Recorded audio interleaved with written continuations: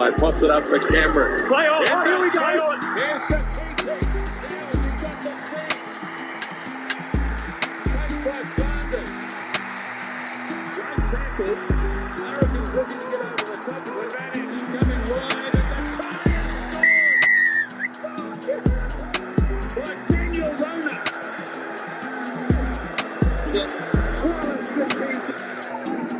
More possession for Leinster in the second half. So.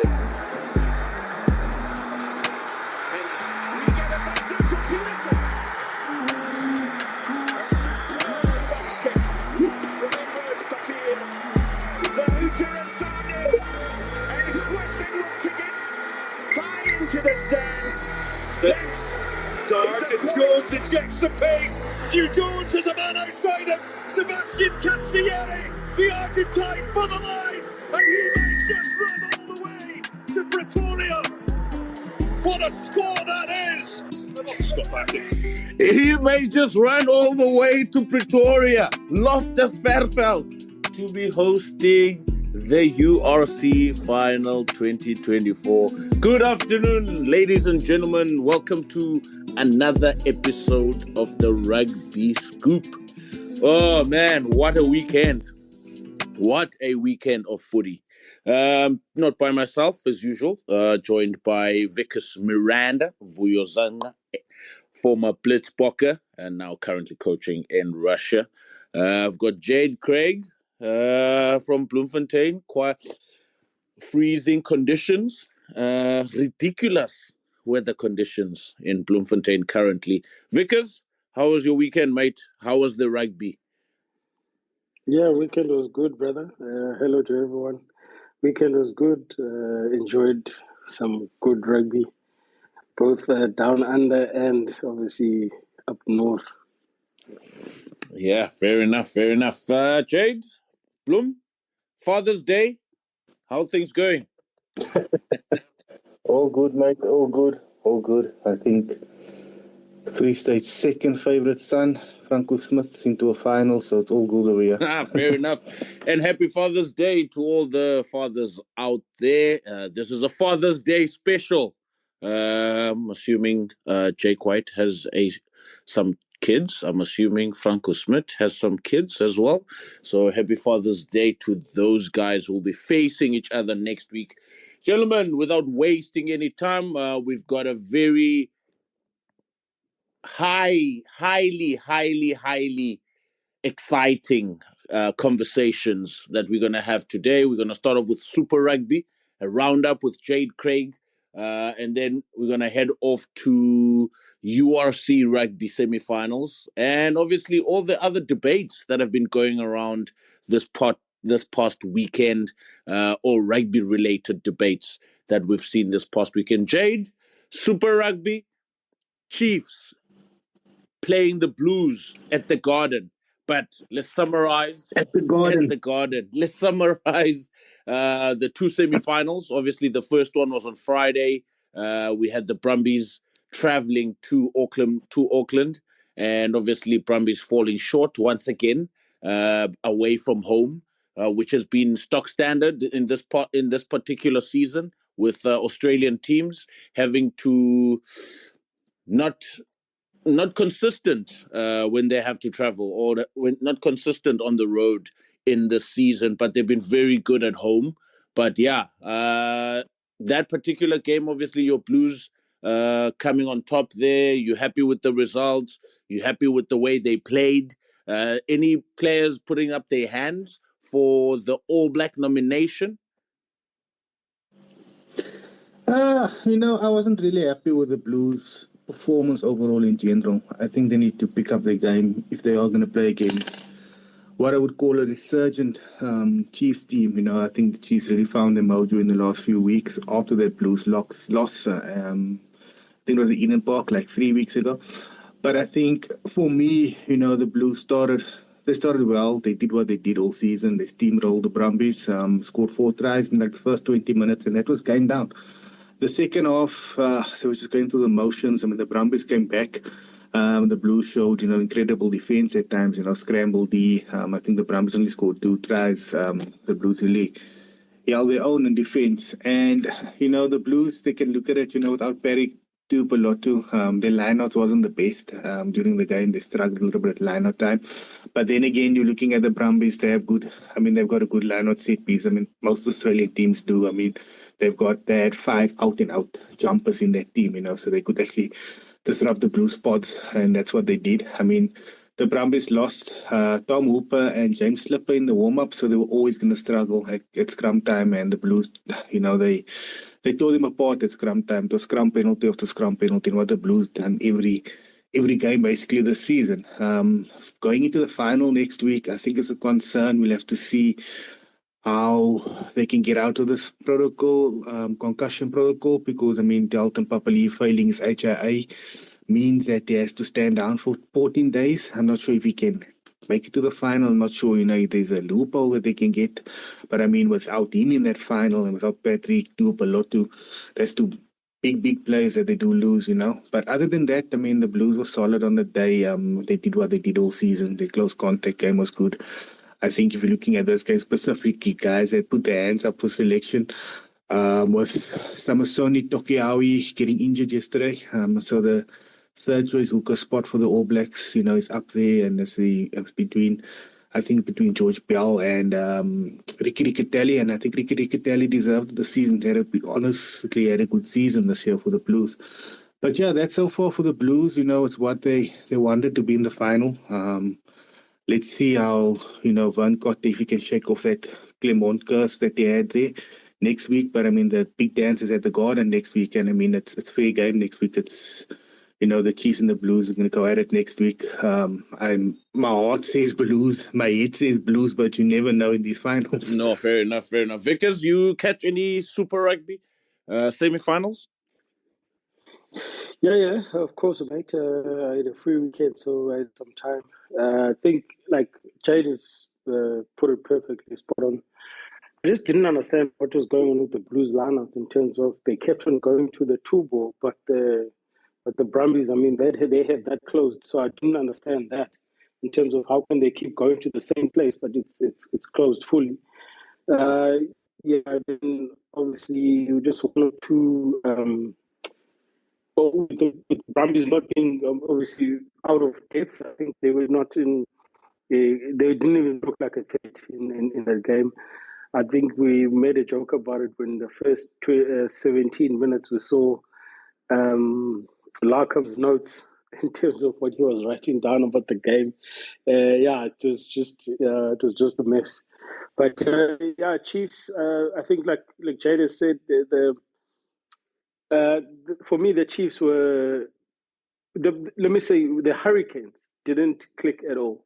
They didn't click at all. They didn't. I felt they didn't get into their stride until the 52nd or 53rd minute, and then that's when they started obviously coming back into the game.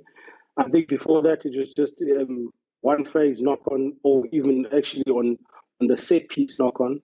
So that was pretty disappointing. But other than that, I think it was a very good weekend of footy. I think it should be a very good final that we should be facing. Yeah, no, 100%. I thought the Hurricanes actually moved away from their original playbook that they've used in the regular season, and then maybe a bit of pressure of semi-finals rugby, but also credit to the Chiefs in terms of how they approached this game, in terms of how they rested some of their players throughout the regular season as well. And I think I heard, I think it's Jeff Wilson or JK who was talking about how teams are resting players throughout the regular season, or getting players to take time off. And actually, that's when we saw the dip from the Chiefs, when certain players were not available. The Tupovais were not available. The Semi-Penny Finals were not available. Satiti was not available every now and again.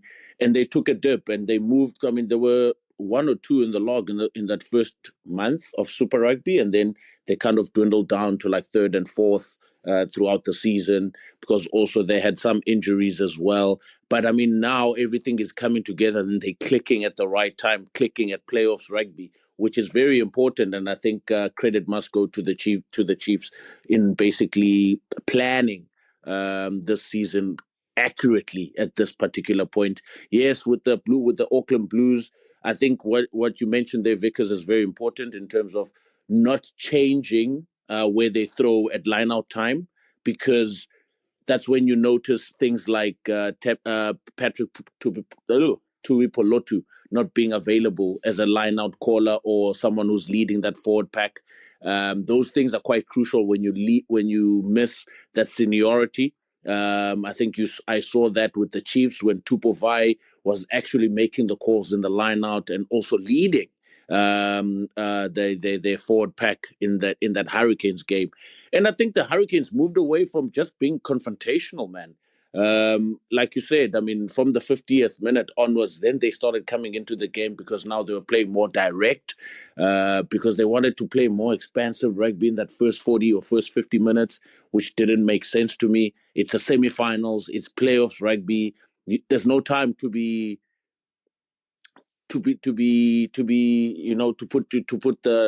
remove your foot from the gas. You need to really hit the team direct. You need to be confrontational. You need to be hard as nails, tough as nails, win the breakdown, as most especially. And I thought they lost the breakdown in that last 10 minutes also of the game, because they were desperate because of the score, trying to catch up. Catch-up rugby is criminal, to be honest. So you need to really understand. There's just the simple basics from my side. Yes, Vickers. I just wanted to touch on the concussion protocol. So it's a question of did he fail the test, or did they decide that they're going to say he's failed the test to save him till next week? So the protocol is you don't obviously you don't do anything for the first 5 days, and then you start with light running on the 6th day. Then you check your symptoms.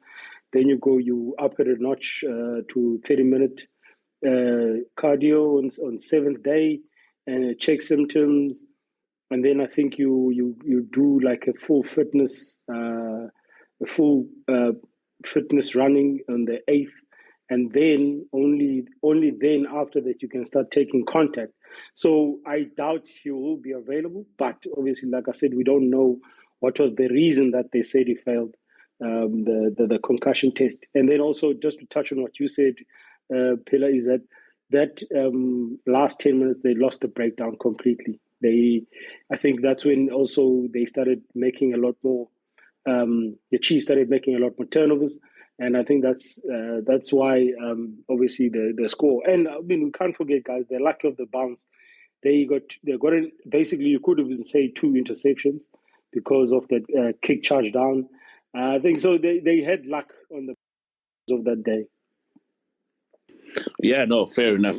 And it promises to be a very good final next week between the Blues and the Chiefs. I think it's going to be really, really, really tough game for the Chiefs playing at the Garden against the Auckland Blues. But hopefully Dalton Papali'i is available for this particular match. And I hope the Chiefs don't have any niggles leading up to this final as well. We really want to see, fully fit, 2 fully fit teams playing in that particular final. Yes, Jade. Yeah, no, man, before we end up rounding off Super Rugby, we've been talking about it all season. I think the Chiefs, with regards to injuries, they're struggling at hooker. They need to call up a development hooker now because I think it's Slater and it's Tokeawi who's injured and out for the game next week. So Tyron Thompson, who is a third choice hooker, or sometimes he comes off the bench, also got a niggle. So they're really thin at hooker. There was talks of Reece Marshall playing club rugby to try and get him in, but I don't know what the rule states, according to getting a replacement at the hooker. But then again, there was so much talk before this game, the Hurricanes Chiefs game, regarding Billy Proctor and, in what form he is, and to raise a choose that combination of Proctor and Barrett going into the Test match rugby, although I do think Rikoya only found some form in recent weeks.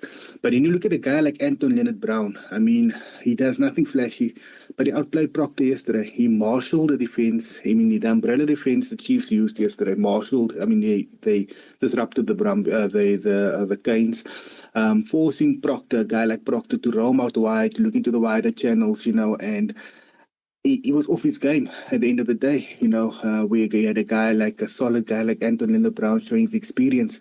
So basically what he did yesterday was he showed Proctor that, listen, I'm still in this queue here. You've got to stand behind me to get into this queue, to make this All Black starting 15. So, I really think he had a good game yesterday. He showed his experience. He doesn't get all the credit he deserves, but he was one of the stand-up players yesterday. And before we head into, the URC roundup, Wallace Atiti yesterday was, he was unbelievable, unplayable at times. He had the game of his life at the age of 21. I can't believe that him and Cameron Hanekom, Hanekom's 22, 23, two proper number 8s playing against a good loose forward, good loose forward combination with Hanekom we had Leinster combinations was world class, and the Canes loose forwards has been the best loose forwards in Super Rugby, and outplaying them. I feel the stats of Wallace Atiti yesterday: 150 meters made. He had about 14 to 15 tackles as well, 4 line breaks. It was just unbelievable. At the age of 21, really want to look out for. You asked me in the beginning who is one that put his hand up for All Black selection. Well, whoever Razor goes with the All Blacks in New Zealand, he has to take a Wallace Atiti with, because this guy needs to be a part of the group. Doesn't need to play, but he's definitely going to be an All Black in the future. He needs to learn the culture, get him into that apprentice role. He's been brilliant this season. He's even kept Luke Jacobson out of the team so far. But yeah, as for next week, I don't want to call it now. I'll call it late in the week, but it's going to be a crap at the Garden. Do not be afraid, Jade, my friend. Do not be afraid. All right, gentlemen, the big one this past weekend or yesterday, Leinster traveling to South Africa. They landed on Sunday evening, apparently. Already started training on Monday using the fields of Afis Hoërskool, Afrikaanse Hoërskool in Pretoria. Oh, what a game on Saturday, man. What a game. Vickers, take us through this game, actually. Take us through your thoughts. Take us through what tactics were on display yesterday between Leicester and the Blue Bulls. Yeah, look, I think it started with the breakdown. The Bulls made every ruck a mess. They literally were up for this game. You could see that these guys were hungry to cancel out those critics that have said that the Bulls are one team show. Yeah. So I think for me, the noticeable things was that I don't think that the Leinster brought in that attacking structure that we know. They sort of obviously started looking at doing things outside with their normal structure, like kicking. Obviously, they did miss the fullback Hugo Keenan, but at this point, it's not like they were in the game in any case. And one of the things that I noticed, I don't know if you guys if you noticed it, they never mauled, not even once. Leinster didn't even have one crack at a maul. So that's one of the biggest failures in tactically, because that means that the Bulls forwards were never challenged in any point, at any point in that game. Scrums, come on, guys, that's an Irish pack. They got belted in the scrums. They got bullied. I don't know what was going on.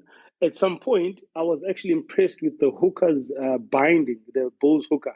He was binding on the loose head prop just under the armpit, which is restricting Third Furlong from binding on that area so that he can squeeze the loose head down. So he had to go for the long bind, whereas we know loose heads go for the long bind and tight heads go for the shorter bind. But Third Furlong had to go long bind because of the hooker's bind just under the armpit. So if you guys watch the game again, just have a look at that. Yeah, I think just tactically, the Bulls are outstanding. Brilliant game by the 10. He marshaled everything. Goosen, he marshaled the game to perfection. And besides that, it was actually so nice to see the tactics of the cross kicks. You're obviously thinking in terms of Jacques Nienaber's strategy of outside-in defense. They used the cross kick quite a lot. And the wingers took their chances. And yeah, I don't think Devon had a great game, but definitely Sergio, after the yellow card, came back and showed that he still got the quality. Fair enough. Jade, your thoughts before we really dissect? I mean, Vio's mentioning a few great points here. Also with the scrums, I posted up a thread just now or earlier today about the Blue Bull scrums. If you're looking for the detail that Vio's talking about, you can find it on the thread as well. But Jade, your thoughts with this game? Yeah, look, beginning of the game, I wanted, the whole week I wanted the Bulls to pop Leinster. And I mean, after the game, the antics from a few of the Irish friends that we have on, or we thought they were friends in any case, after the antics, I'm glad that, the Bulls pop Leinster. But all said and done, I mean, if you look at the shape of the game, I think Jake White's tactics was spot on the game. I think Goosen had his best performance in the Bulls jersey this season in quite a while. I mean, he rolled back the years. I mean, that try, I think it was his second try, the line he ran after they've been knocking on the door for so long, and the line he ran, he dissected, their defense. I think the Bulls were good. I think they showed guts at the end, not to allow Leinster to come back in. I think in the 70th minute, Leinster put back phase after phase. I think they were surely in 20 phases or so, and then there was a monster tackle from Anikom, and it was Irichelo, that drove them back, and they counteracted and they went from there. And I think that was the game that took Leinster's wind out. But like Vuyo has mentioned, the cross kicks worked, with the outside in defense that Leinster does display. And also, James Lowe and was it Osborne, who was the other winger, they looked vulnerable at times out of position, especially when they did change it up and had Irichelo running the tram line, a taller player getting those cross kicks. It worked well. Willie LaRue was brilliant yesterday as well. But all in all, I think for the Bulls, they deserve it. They took a few risks this season, with team selections in certain competitions, and so did Leinster. But I mean, they deserve it. They were the better team on the day. If you're looking at the way the game went, I think Leinster only gave away 4 penalties, which is a kind of a concern, in a fixed fixture like this.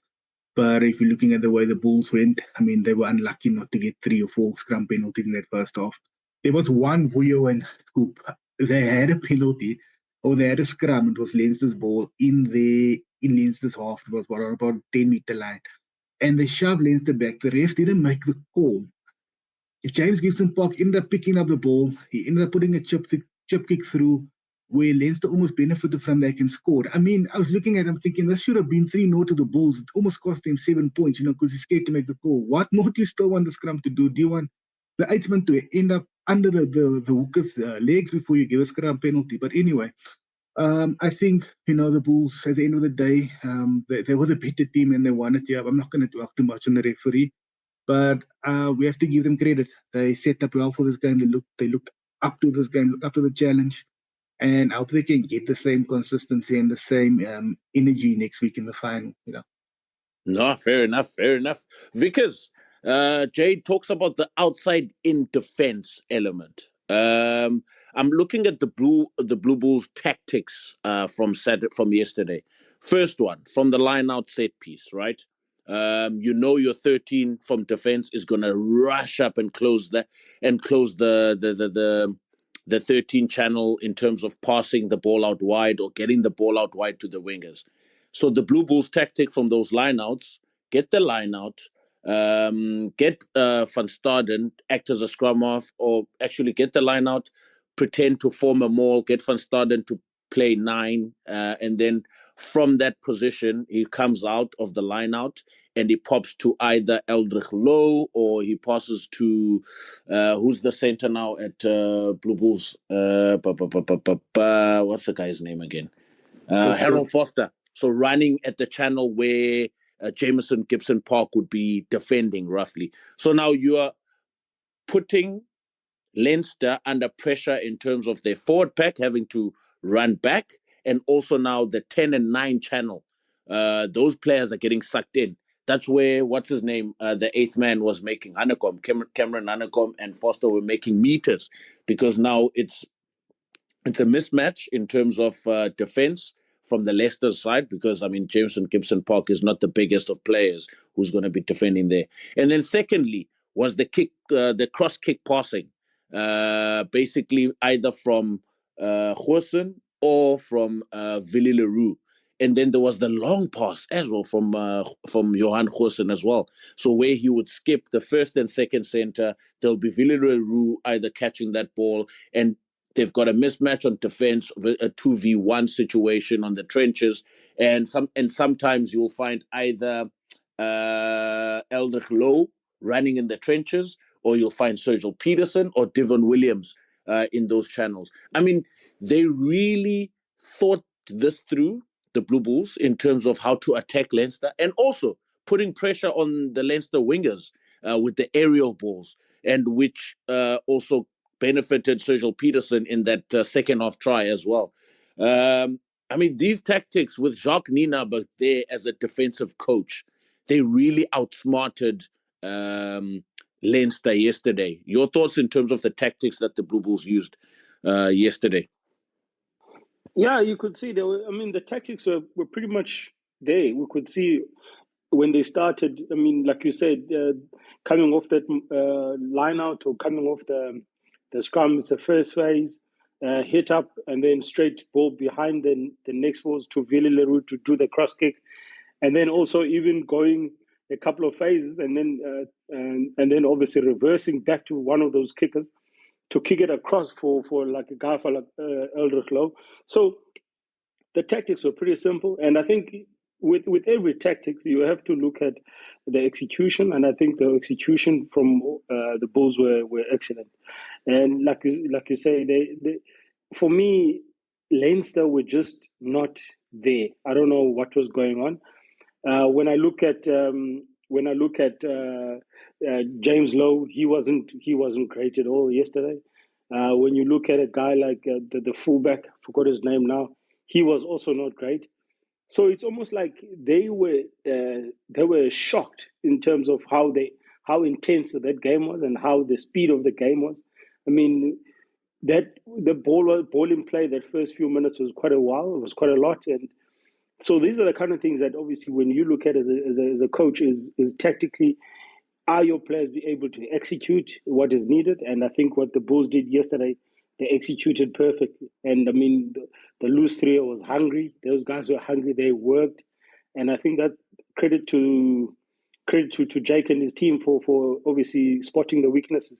Like I still say, I'm so disappointed that Leinster, with the kind of forward pack they have, they didn't even try to maul once, because they obviously were probably looking at knowing that the Bulls are quite strong, but it's another form of tiring out the opposition.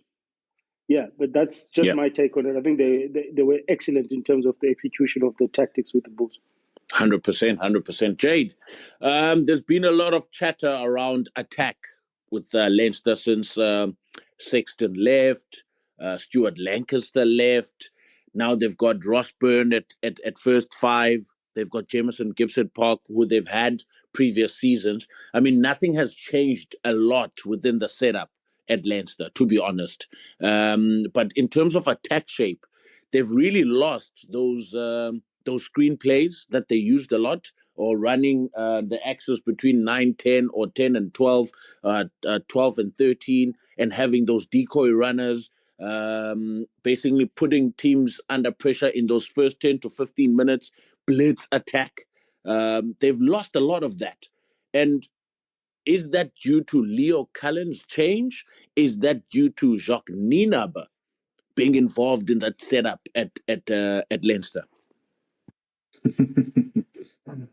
Scoop, could it also be a mindset? Could it also be their mindset that they felt that, let's give everything and let's put everything into the Champions Cup, and that was the one they wanted to win. And after that, they took the wind out of their sail.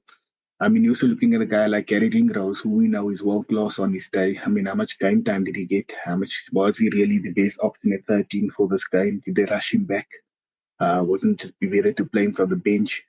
It's difficult to say now because you're looking at Leinster, so you look at the Irish national team overall. But the Irish national team, remember, they have a big bulldozing number 12, whereas the Leinster team don't have it. Maybe that's why they went for a guy like Jody Barrett next year. Maybe that was what might be missing in in the attack. I mean, even if you're looking at the way they carry and the forwards carry, and you look at the different, I'm just mentioning a few different between Leinster and Ireland. You look at Dennis Byrne, the lock of Munster, what he does in that Ireland team. Maybe that's why they went for Ergis Snyman. He's also that kind of ball-playing lock, run angles and stuff. So maybe that is why they're looking at the attack, in terms of the attack, where they to get better. And I'm sure they must have picked this up because in terms of coaching, in terms of, professionalism, they are at the top of the food chain. I mean, they've got very, very good coaches in their setup from all over the world, not just in Ireland. It's not just Cullen. I mean, it's Lens, that's Nienaber, as director of rugby. They have a few New Zealanders in there as well. That's been a part of the Category Crusaders setup before. So for me, it's difficult to say and to point fingers now because I just feel that, were they mentally set for the semi-final? Did they get caught, off guard? Did they just expect to rock up and win? Or they name the Bulls would just roll over? You get those situations, you get those games. How much did that loss in the Champions Cup take out of them? Because now, if you're looking at it for this Leinster team, it's 3 years without a trophy. And I mean, for what the effort they've put in terms of coaching, in terms of player recruitment, in terms of, getting the best players available, it's a failure. I mean, do they start to panic? Do they start to change their shape? Do they go away from what they are doing with the national team? Do they try something new? So these are the questions that, a guy like Nienaber and, those smart guys and let's get in the big bucks need to sit and think about. But like I said, we have did mention there's two players. I mean, it's Bandi Aki and it's Stanford. And those are the two players that in Ireland, that's their world-class players, but they don't play for Leinster. So maybe, that's the gap. Maybe that's why they got Ergis Snyman in and they got Jody Barrett in. Yeah, fair enough. But Vickers, can we take this Leinster performance and immediately mold it and put it together and say Ireland have lost against the Blue Bulls? Or will we see a different outfit when Ireland plays the Springboks in 3 weeks' time? It's going to be completely different. I mean, it's different coaching staff. It's different. Like Jade has mentioned, they will now all of a sudden have a robust 12. They will. So there are a couple of positions. I mean, we know. Is it Mahoney at Munster? He's a workhorse, so he'll be joining that group as well. So, and also, you know what? Once you start wearing your national team jersey, there's a certain level of sort of motivation that comes with it. And for some of the guys that lost to the Bulls yesterday, this will be obviously another good example, a good test for them to show that it was just a once-off or it was just one of those games. So I think there will definitely be a different outfit when they come with Ireland. And like I said, the most important is how the two different setups are run. And I think with Farrell being the head coach there, I think he runs his systems differently, and you'll see how things are. And again, it's I think it's the first year that the coach is the head coach there at Leinster. So that's also another thing. He might need a little bit more time just to get used to, obviously, making the decisions and being the main guy in the seat. Fair enough. So prematurely celebrating this victory by the Blue Bulls does not translate into international footy, basically, all in all. All right, fantastic. But now the biggest question that is going around, Jade, is South Africa the best rugby nation in the world right now? Looking at the Sharks winning EPRC, you've got two South African coaches in the URC final, with the Blue Bulls being in the final again. You've had three South African teams involved in the URC final in the first 3 years of this competition. You've got world champs. Currently, can we say SA is the best rugby nation currently? Why do I get this question? um, you know, I tend to break away from franchise club rugby and international rugby because it's completely two different setups at the moment. I mean, if you're looking at what they have in France and you know how the French team or the French clubs has been dominating the European competition, which is arguably, you know, the so-called elite competition in the world. I mean, they'll also, you know, have something to say about it. But I mean, South Africa has just won the World Cup. They're in a good space at the moment with another team in the URC final, the third one. Also take note of, you know, I think the setup and schedule for this URC helps the South African teams, especially during when there's a few players as out for Six Nations where the South African teams actually pick up a lot of points during that time. You know, it's especially the Bulls this year. They played it perfect in terms of the scheduling. But in terms of the Sharks winning the Challenge Cup, I mean, if you ask the Sharks beginning of the season, which one would they want to do, or would they want to end up in a quarterfinal or semi-final or final of the URC or win that cup? They would rather want to be, you know, in the final or semi-final of the URC because they also look at the season overall. As you know, they underachieved. So I think South Africa is in a very, very strong position. They are the number one team in the world, the world champions. Can they compete? Can a South African club compete with the likes of Toulouse, Leinster, La Rochelle, you know, all of them on the European stage? That is where we're going to have to say, we're going to have to see and say and judge them and say, okay, once they win that big competition, yes, you know, they are truly the better, you know, franchise or better teams in the world. But if you're looking at, you know, when it comes to that big competition, the Heineken Cup, I still think our teams falls a bit short in terms of that. But URC, I mean, the way it's set up and the way the tournament runs, I think, you know, they're in perfect spot for that. But they need to win the, you know, the European Cup before they can arguably say that, you know, their teams is the best in the world, bar the box, because I am separating international rugby and club rugby. Yeah, okay, fair enough. Vickers, would you say then South African teams are putting all their eggs in one basket, which is the URC, and they're really not putting their good foot forward with regards to the Heineken or Investec Championship currently? Yeah, I mean, it all comes down to what is realistic and what do they see is realistic.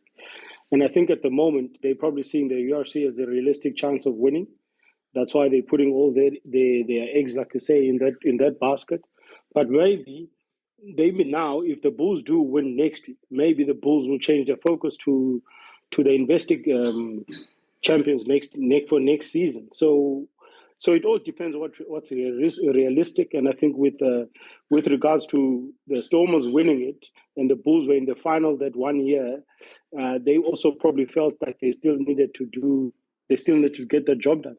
So that's the most important, and I think that's why they'll probably focus more on that rather than they investing at the moment, and maybe next year it will change. Okay, no, fair enough. Yes, and then Munster beating Glasgow yesterday. Did you have any pointers within that particular game? Oh, Vuyo. Sorry, bro. Sorry, I missed it. What were you saying? I'm saying with Munster losing to Glasgow yesterday, did you take any particular points from that particular game, and how do you see them traveling to Loftus and actually trying to win this tournament away from home? Yeah, I think they were very physical yesterday. They were very physical. They were direct. They were for me. They they wanted that game. Like, they wanted it more. And I think with in terms of how Munster just didn't get going, they didn't get to second gear. They were still on first. If you notice how many times they were trying to get those offloads going, and something would happen, then there would be a knock on, or the pass didn't go to hand. And I think that's why, like a team like Munster, for them to lose that game, it was not because they were beaten. I think it was because they lost it themselves. But with Glasgow coming to the Bulls, it's going to be a completely different game. I think it's going to be a completely different game. And obviously, again, teams like Glasgow, Franco knows Pretoria, knows the Bulls' mentality. He will be looking at how can they beat them at home. And I think that's going to be very interesting. When do they arrive in South Africa? Are they already on their way, or what is going on? So those are kind of small things. But for me, I think Munster lost that game yesterday. I don't think they were beaten by Glasgow. I think Glasgow just wanted it more. I mean, Hugh Jones was quite good yesterday. Is it Tui Polotu? Not Tui Polotu. The center. He was pretty solid yesterday. So I think, it's just a matter of they wanted that game more, and Munster just didn't get off that first gear. Jay, do you think the Munster then were complacent yesterday, or everyone had them as favorites, right? I mean, looking at how they've performed all season, looking at how they performed last year, I mean, I don't think anyone from Ireland saw this one coming. And I thought Leinster, Munster were, I don't know, like Vuyo said, they were in first gear. They really couldn't get the shift up to second and third, and they really couldn't get going. And even in that first 10 minutes, they got an intercept try. They were leading by 3 points. And then once Glasgow got that intercept try, things changed a bit. Their attack shape was lateral. I mean, they were not getting good go forward. They look complacent from what I could see from the Munster team that was beating all the other sides during the season. What are your thoughts regarding this? Yeah, I think there was a little bit of complacency. I think, Graham Roundtree and his coaching staff, at the end of the day, I think they know deep down that, they didn't play. I don't just think Scoop, they were at 60 or 70% of, the potential. They got them to top spot. I mean, a few weeks ago, we just raved about them, coming to Loftus and outplaying the Bulls, and in the shape, putting up a show against Glasgow. But then again, you also have to give credit to Glasgow, for frustrating Munster, for not getting Munster to settle into their rhythm, for letting Munster settle, for winning the game and making the final. That's what the semi-final's about. You got to go out there, you got to win that game and get into the final. I mean, Munster just did that last year to Leinster in the semi-final, where they surprised them. And surprisingly, after seeing Leinster lose again, they fell into that trap, and they just couldn't get out of it. I think if you look at it yesterday, and I mean, we've given so many of those Leinster supporters, slack and flack regarding their players that didn't stand up. I think if you looked at Ergisnema's performance yesterday, Vuyo, I don't know what you think about it. I would like to hear your honest opinion. He looked like a mere shadow himself on that field yesterday. He wasn't throwing away 50-50s. His carries wasn't, the Ergisnema that we all know. Was his heart really set in that game? Did he announce his move to Leinster too soon, for that franchise? Didn't you think they should have kept it under wraps, until maybe end of the season? But I think if you look at the big name players yesterday, they really didn't stand up for Munster. And sometimes when you are in a situation like that, where you're not on your best or at your best, you just need one player, one or two players to grab the game by the scruff of the neck and win the game for you. So you just get into that final. But we have to give credit to Glasgow. I think they played well. They deserved. We called them as dark horses on this podcast a few times. I mean, we said, don't be surprised if they make the final. Don't be surprised if they win this thing. I mean, they coming to South Africa again. They're playing Bulls at Loftus at altitude again. They've just been there a few weeks ago, so they know what it's all about. Franco Smith will prep them up well. I know that for sure. And I mean, if you're looking at, you mentioned Tui Polotu and Hugh Jones, but I mean, one of the unsung heroes in that team is a guy like Kyle Steyn. I mean, he's been brilliant for them. Dempsey's been brilliant for them. So, yeah, it's going to be interesting to see next week. But, I mean, in terms of complacency, in terms of, did Munster throw it away? Did Munster take the game casually? Did they expect just to win the game? I don't think they were at their best, but we have to give credit as well to Glasgow. They won the game. They pitched up for the semi. They won it, and it's a good victory for Scottish rugby at the end of the day. Yeah, Vickers, did you hear Jade's question? Yeah, I heard it. No, I think, look, yeah, like you said, Jade, I don't know what was wrong with Jacques Neyman. I think also because they've been using him with that role of starting and being on the bench and starting. And yesterday I was surprised to see him on the bench. I still think a player like Jacques Neyman should be, especially in club competition, should be definitely starting. So it could be that the guys wanted to bring him second half, to bring in the impact in the second half.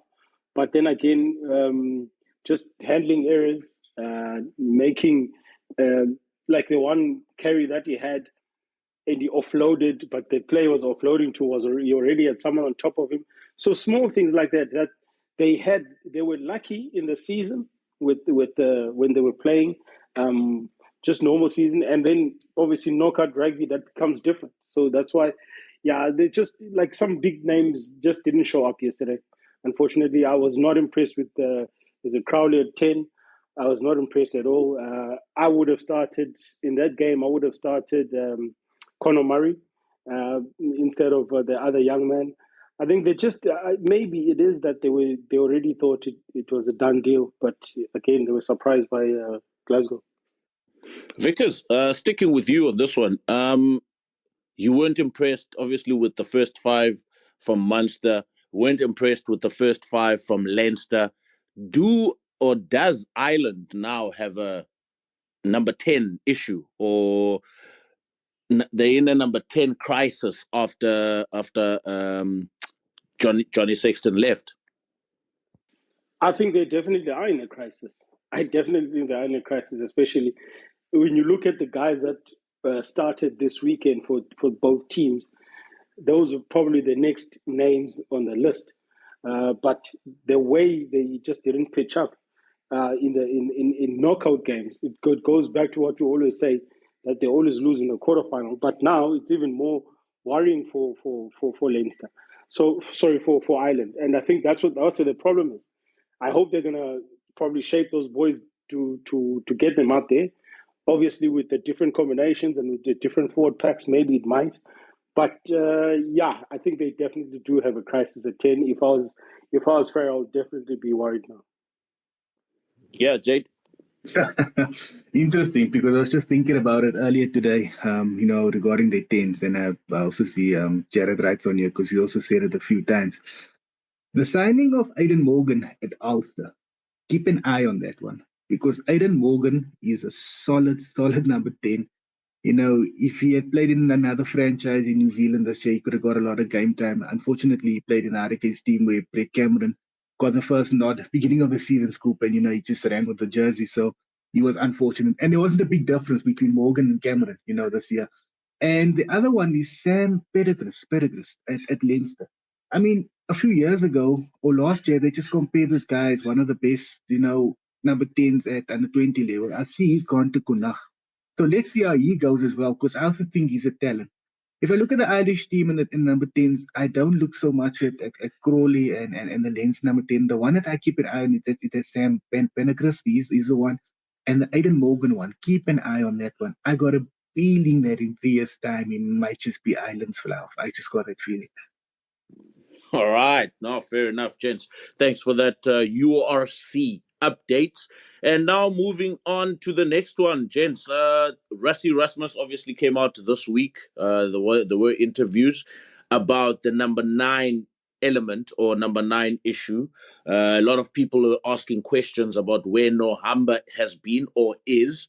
And obviously Rassie came out and he said obviously they've got a lot of 9s. They've got a lot of 9s that can play in multiple positions. And unfortunately, Sanele does not crack the nod going into this Springbok alignment camp. There were talks about Sanele Nohamba being injured, Vickers. clearly that's not the case at this point. He just didn't crack the nod in terms of this particular aspect because they've got enough nines at this point in time. And he does, I mean, where to from here for Sanele Nohamba? Do you go back into the drawing board, work hard, take the Lions to playoffs next season to showcase how good you are, or do you wait for an injury, as Rassi had alluded to? If there's an injury, then he's the next in line. I mean, where to for a player like Nohamba currently? Yeah, I think the most important is Nohamba is not making the decisions of selection, so there's nothing more or less he can do.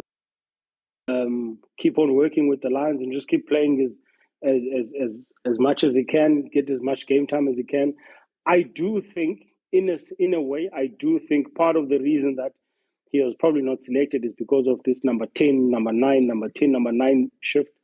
I hope they can start to give him one role where he's either at 9 or he's either at 10. Because now, some of the games that I've seen Nohamba play, he would start at 10 and he would be okay at 10, and the moment he moves to 9, and he's brilliant.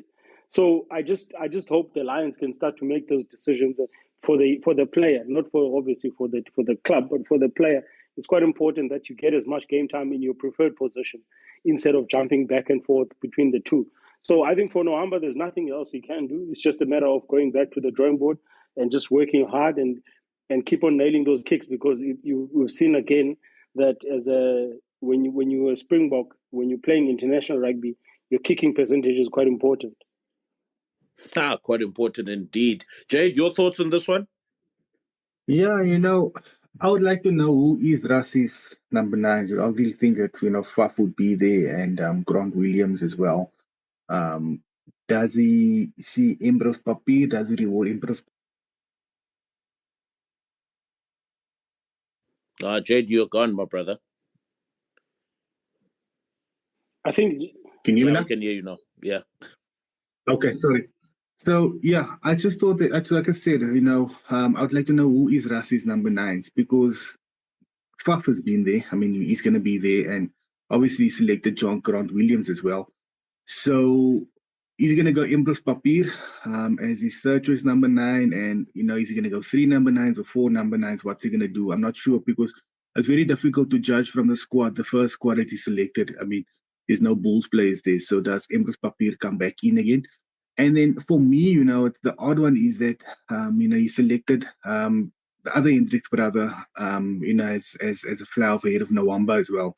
So, in situations like that, I think Nohamba needs to settle. Like we said, he's a number 9, he's a number 10. For me, I think his best position is, for me, at 9. Personally, I like him at 9. I would have him in the Bok team, as one of the 9s. But yeah, you have to look at that as well, because there's also in terms of utility, there's the Sasha factor as well in that box squad. What is Rassi going to do with Sasha as well? So I just feel that, who is Rassi's number 9s?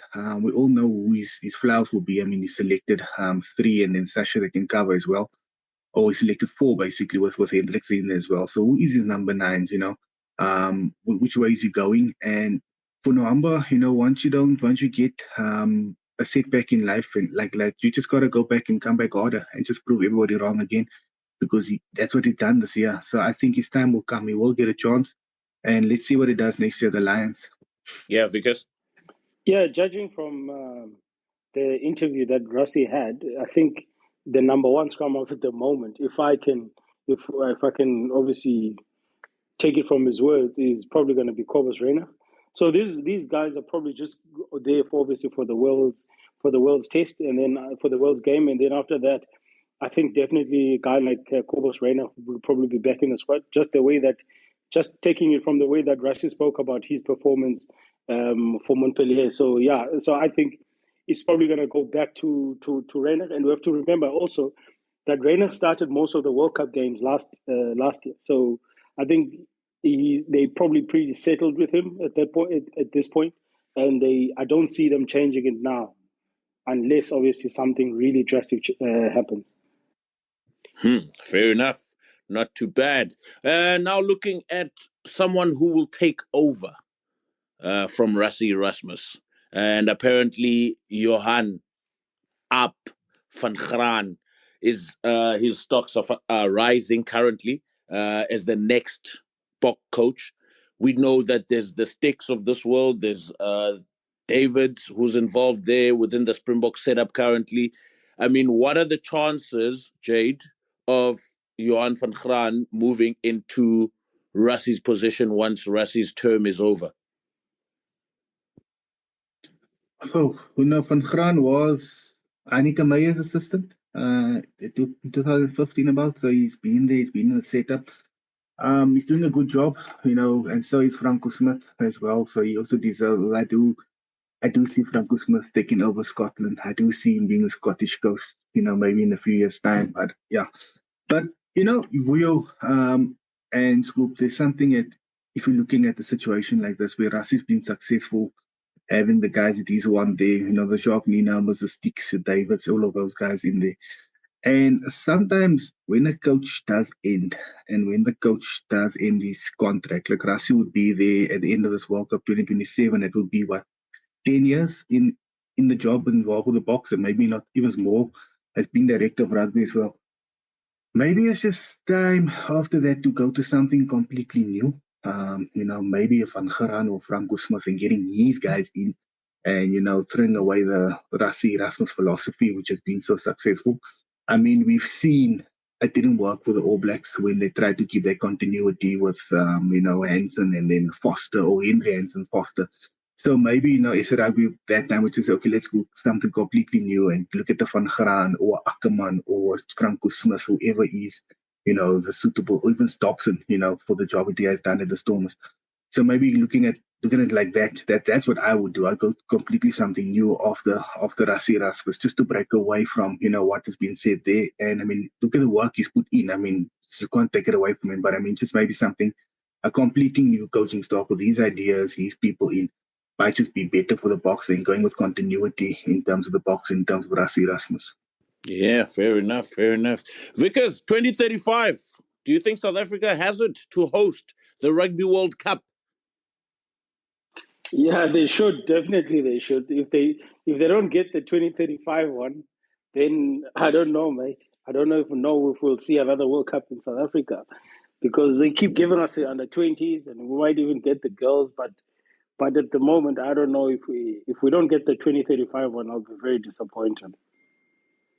Yeah, fair enough. I think South Africa deserves. I mean, we were supposed to get last year's one, but obviously we all know what happened there, so we're not gonna dwell into that particular topic or subject at this point in time. Guys, a reminder: the World Cup under 20. I think it kicks off this coming weekend. So keep an eye on that, on the next generation stars within Springboks, New Zealand, England, France. The French are the defending champions. Will they defend their title? Now we're leading into our last part of the conversation, Rugby DNA series. This week we are looking at Fiji and Japan. Last week we did the All Blacks and the Springboks. If you're keen to listen to that, you can find that on Spotify, Rugby Scoop podcast. This week we're doing Fiji and Japan. Jade, let's start off with Fiji on this one. I mean, looking at Fiji is rugby history, and from an eye test point of view, what comes to mind when we talk Fijian rugby? What is their DNA? What is their structure? What is their philosophy? Talk to me. Fijian flair. I mean, razzle dazzle, running the ball from everywhere, offloads. The way they play the game on the 7th circuit, the way they transform that into the 15-man game now. And also recently, since they had Van Cotter and James Ryan and those guys there, I mean, their physicality. I mean, I think the physicality's picked up in the last 5 or 6 years or so. I think the scrums got better. We've seen guys like Butia and all of those guys dominating at ruck time as well. So their physicality's picked up.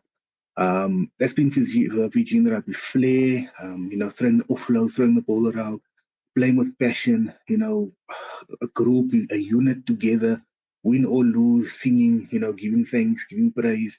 That's Fijian rugby. And unfortunately, with these small islands and stuff like that, I mean, the better players have been playing for other countries. I mean, you have seen the guys like Tulani Vendredi, Roko Soko, Takiri, Karevi, all of those guys playing for other countries as well. So it's not just being in the Fijian team where we've seen, these Fijian players, but their philosophy, throwing the ball around, appreciating the game, loving every minute of the game.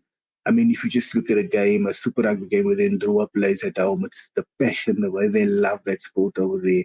And how quickly these guys, could play a 15th-man game, and next week they can just transition quickly on the 7th circuit and like nothing. I mean, this just shows what freak athletes they are.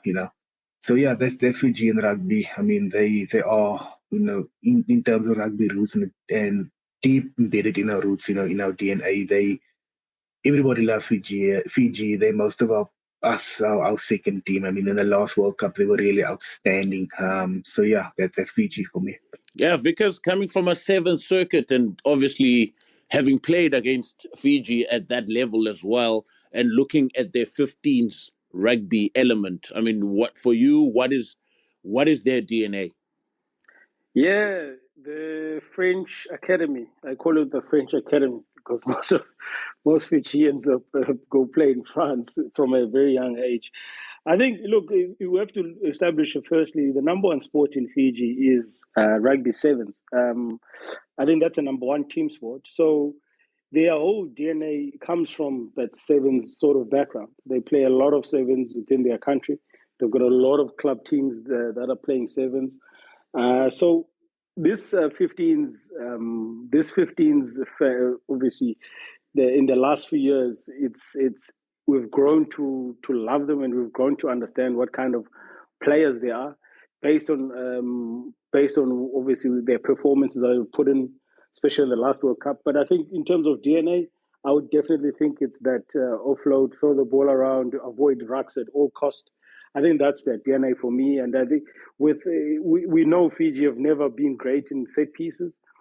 So they probably starting to look at how they can start to get the set piece right, because they're not one for set pieces. So with Fijian rugby, it's all about throwing the ball around, as Jade has said, very unstructured, and like I said, avoid rucks at all costs. So I think that's for me the Fijian DNA. Fantastic. Moving on to Japan, Jade. I think for me, the first time I actually watched Japan play rugby was probably in 1995 when New Zealand put 140 plus points against them. I think Mark Ellis must have scored like 4 or 5 tries in that game. But yeah, nonetheless, I mean, Japan over the years since 1995, looking at them currently, now we're taking them seriously, hosting a World Cup in 2019.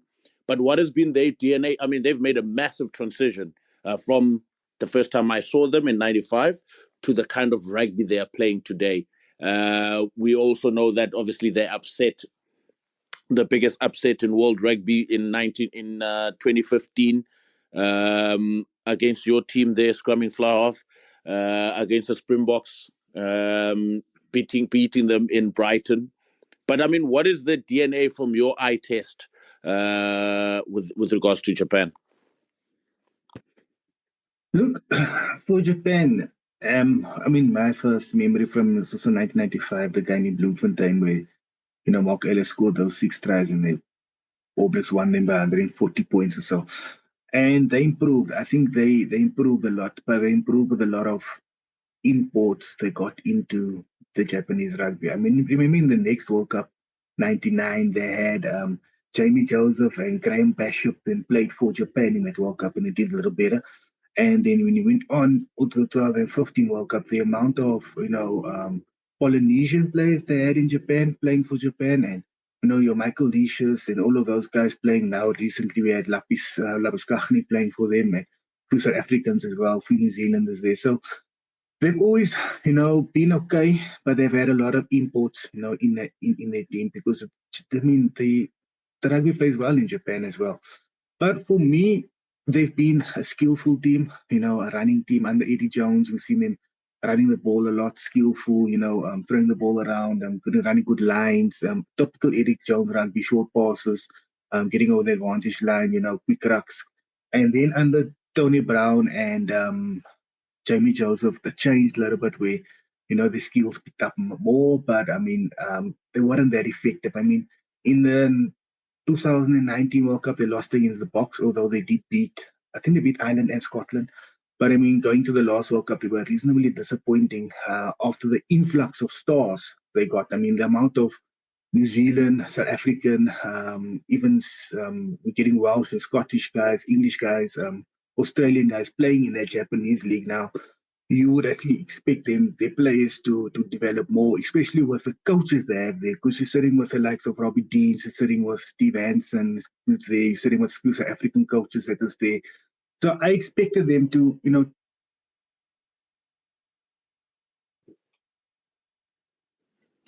Technical glitch.